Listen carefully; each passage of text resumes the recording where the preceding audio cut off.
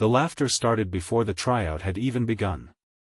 Under the bright morning sun outside the towering glass headquarters of one of the country's fastest-growing security firms, dozens of applicants stood in crisp athletic gear, stretching and sizing each other up. Expensive watches flashed. Muscles strained beneath tight shirts. Men with military tattoos and championship medals pinned to their resumes traded stories about elite training camps and overseas contracts. Then they noticed the man standing quietly near the back of the line. His faded work boots were scuffed. His gray duffel bag looked older than some of the applicants. There was a small stain on the sleeve of his plain blue shirt, and exhaustion sat heavily beneath his eyes. More than anything else, he looked tired. Not weak. Just tired. The kind of tired that comes from years of carrying responsibilities no one else sees. As whispers spread through the crowd, several applicants smirked openly. What they didn't know was that within the next 10 minutes, the strongest man in the competition would be flat on his back, staring at the sky, while the entire courtyard fell silent. Before we continue, take a moment to like this video, comment where you're watching from, share this story with someone who believes in second chances, and subscribe to Kindness Hub if you believe that kindness, resilience, and quiet strength deserve to be celebrated. 41-year-old Corbin Hale had been awake since 4 that morning. He had prepared breakfast, packed lunch, checked homework, fixed a loose wheel on his son's science project, and walked 8-year-old Rowan to the neighbor's apartment before catching 2 buses across the city. Single parenthood had not been part of Corbin's plan. 5 years earlier, his wife had passed away after a sudden illness that left behind medical bills, unanswered questions, and a little boy who stopped smiling for months. Everything changed overnight. Corbin went from husband and father to grieving widower, full-time caregiver, handyman, cook, tutor, and protector. He sold their second car. He left his old job when the hours became impossible. He worked construction during the day and took overnight warehouse shifts whenever money ran short. Every sacrifice had the same purpose. Keep Rowan safe. Keep Rowan fed. Keep Rowan believing that life could still be beautiful. But construction work had become unpredictable. Rising costs and reduced contracts left Corbin struggling to pay rent. The overdue notices hidden inside his kitchen drawer grew thicker every month. When he saw an advertisement for Sentinel Executive Protection, a company searching for bodyguards to protect high-profile executives, he hesitated. The pay seemed impossible to ignore. The requirements felt out of reach. Applicants were expected to pass physical tests, defensive evaluations, and high-pressure scenarios. Corbin almost deleted the application. But Rowan had looked up from the kitchen table and asked if they would still be able to stay in their apartment after summer. That question alone had pushed him to apply. Now, standing among younger candidates with impressive credentials, Corbin wondered if he had made a mistake. He could hear them talking. Some assumed he was maintenance staff. Others joked that he had wandered into the wrong event. One muscular applicant named Bryce Kellen drew the most attention. At 6'4" and nearly 260 pounds, Bryce had built a large social media following around his strength competitions and combat sports highlights. He walked through the crowd like a celebrity. When his eyes landed on Corbin, he laughed. The older man didn't react. Years of hardship had taught him something important. People often confuse quietness with weakness. The tryout began with endurance tests. Sprints. Obstacle courses. Weighted carries. Reaction drills. One by one, applicants started dropping out. The summer heat intensified. Confident smiles faded. Expensive training gear became soaked with sweat. Yet somehow, Corbin kept going. He wasn't the fastest. He wasn't the strongest. But while others fought exhaustion, he moved with the steady rhythm of someone who had spent years lifting drywall, climbing scaffolding, hauling lumber, and working double shifts without complaint.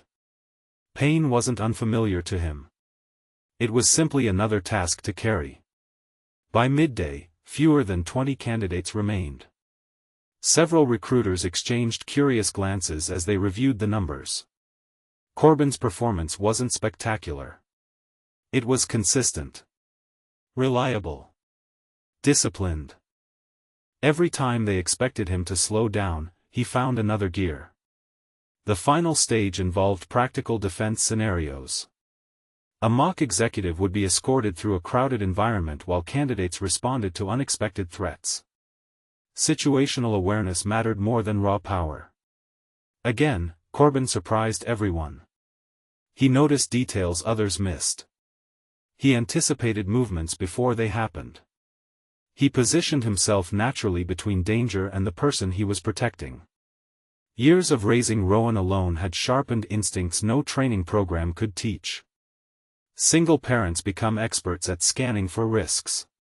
They notice every sharp corner, every speeding car, every unfamiliar face.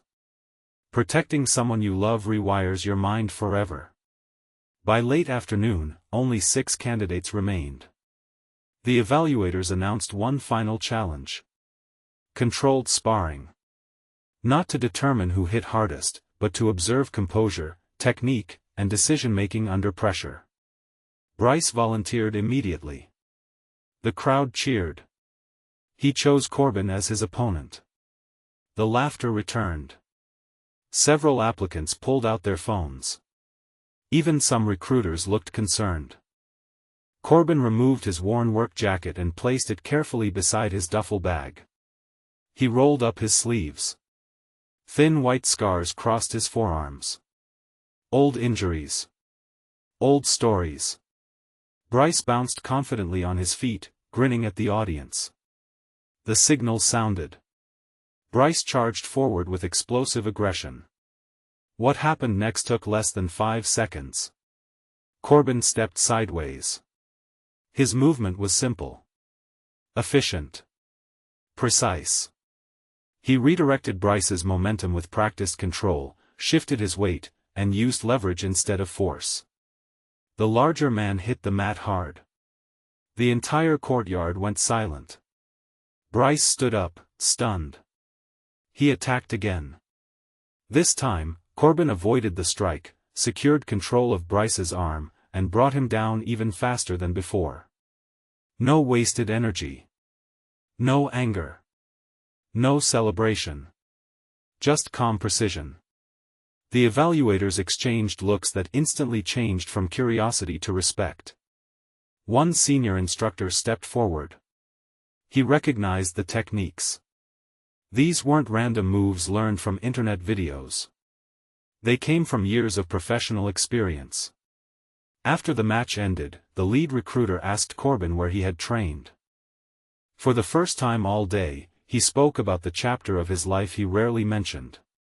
Before becoming a husband and father, Corbin had served 12 years as a military close protection specialist.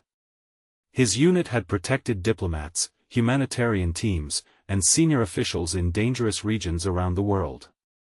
He had walked through conflict zones, managed emergency evacuations, handled threats most people only saw in movies.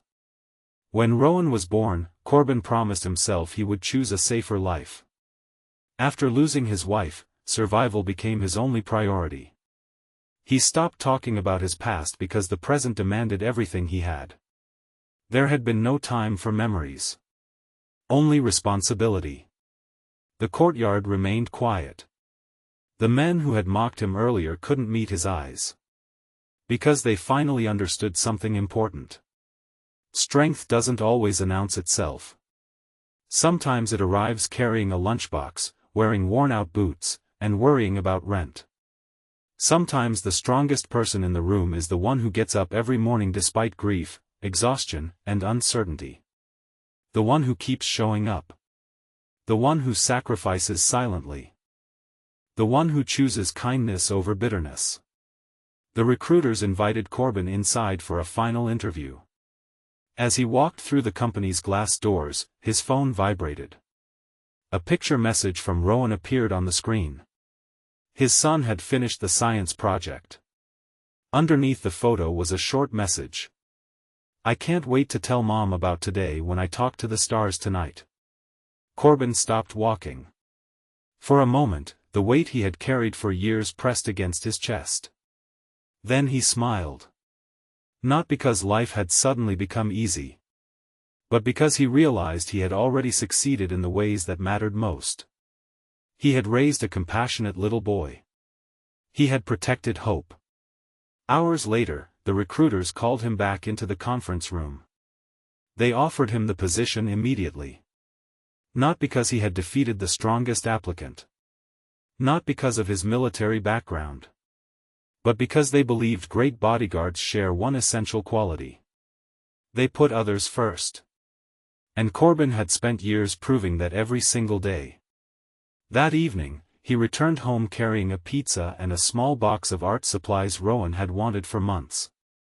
His son ran into his arms before he could even close the apartment door. For the first time in years, Corbin allowed himself to believe that things might finally get better. As the sun set beyond their apartment window, father and son sat together at the kitchen table, laughing over melted cheese and unfinished homework. No cameras. No applause. No audience. Just two people who had carried each other through life's hardest seasons.